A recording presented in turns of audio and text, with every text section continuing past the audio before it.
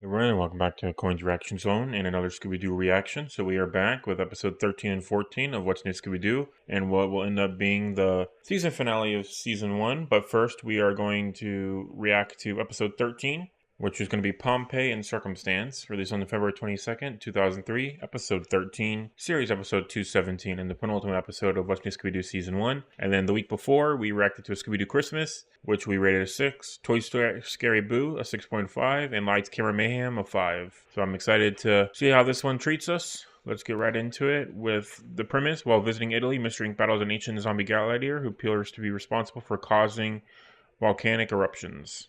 So seems pretty scary. Excited for that. And some trivia. Mr. Screen is absent in this episode. And then a Daphnatic from the direct-to-video film Scooby-Doo Freaking Creepy somehow has a black and white snapshot of Daphne wearing her headscarf and sunglasses from this episode. And the Daphnatic was the mural, basically, for this one. Okay, gotcha. Then some other trivia. Daphne is able to drive in this episode, although later in the direct-to-video Scooby-Doo Moon Monster Madness, she's depicted as having a hard time getting her driver's license. Well, that's interesting. I didn't know that. And that's pretty much it. So let's get right into the episode and see how we do. There's the gladiator. Nice. Looks pretty cool. Yeah, just having those statues in the window like that. Cool. Gotcha. Okay, so Italian law. So maybe that guy trying to get archaeological treasures that are hidden underneath. Oh, the Garbaggio. Oh, geez. That's a crazy boat to get since they couldn't get their other stuff. Okay, so we've met a professor and a nice guy captain. So far, they're definitely suspects. He still thunders through Pompeii, bringing mayhem and great destruction. Buongiorno, I'm Alexandra Vigi from the Pompeii Historic Tourist Bureau. I will take you to the memorable location of this beautiful ancient place and answer any questions. Okay, and now we have Alexandra Vigi. Okay, now we have another suspect character. That sign says night tours available. See, but that one says permission weather may be restricted. Oh my gosh, the friggin' signs. Nice. Things will get very scary in there. Oh, so they just have a secret game at night? Oh no, it's spooky ghost style. He just standing in the middle of the Coliseum? Weird. I am the Emperor Caesar Salatatus. My gladiator has challenged you to mortal combat. He awaits me to choose your fate. We also have a ghost emperor kind of guy too.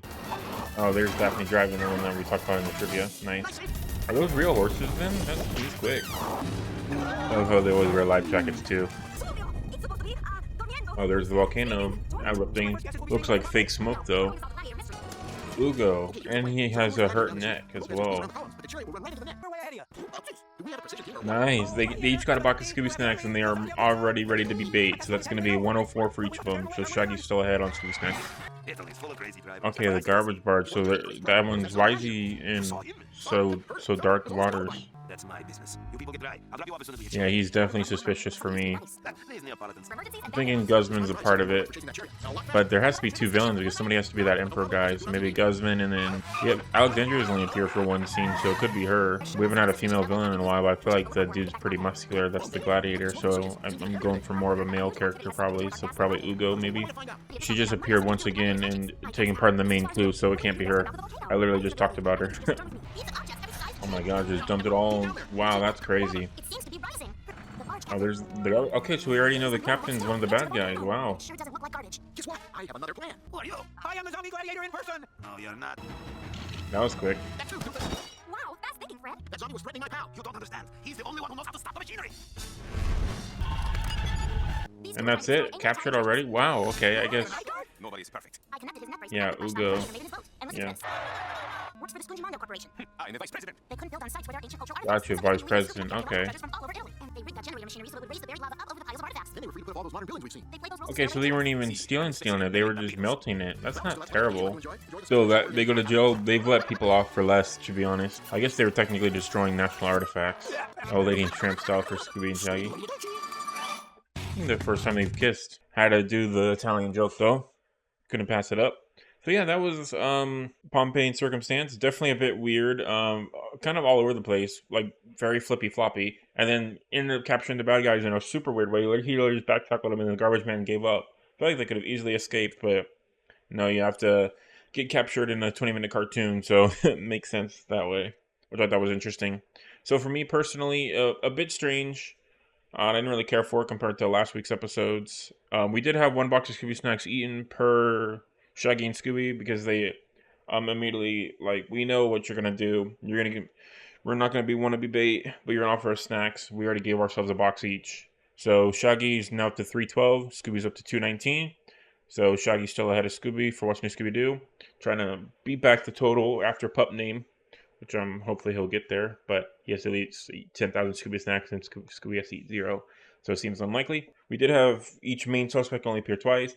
He appeared with a hurt neck, and then she appeared later on, right as I mentioned that she was a main suspect. But I feel like the captain was a main guy. And the archaeological professor, he only appeared once, just dropped off some exposition and then left. So he wasn't a real suspect, I suppose. But overall, like, compared to how they treated some of the other people of, like, it's not hurting anybody or anything like that, like, they definitely didn't hurt anybody. Like, the cutaway in the beginning episode was him whipping at some people, and then it cut, as in, like, but it didn't actually show any of them damaged or anything like that, so that was kind of interesting. But they were technically defacing historical artifacts, which makes sense, like melting them and stuff like that. So that's just kind of where it went for. And the main reason is that he was the vice president of the corporation, but he couldn't grow buildings on lands with historic artifacts, so that makes more sense. I just had to read it because I was confused about that part. Yeah, so in order to acquire land for construction, he regularly dumped artifacts from across Italy and dumped them into the volcano's mouth to melt it down so he can buy out the land, and then the captain was helping him. Okay, so that makes a lot more sense. That's definitely a arrestable offense for sure. It's not just the artifacts too. All right, and that's going to do it for me. We will rank this one probably a 4 out of 10, to be honest. It didn't really do it for me. Didn't really care for it. Not my least favorite episode. Is probably tied for my other 4 out of 10. It's Mean It's Green is the Mystery Machine. It's just kind of like a bit of a stinker, but not terrible because it still had some fun. Like I did like how Shaggy and Scooby were all on top of it with the Scooby snacks and the cute moments with the gang and things like that. So 4 out of 10 for me.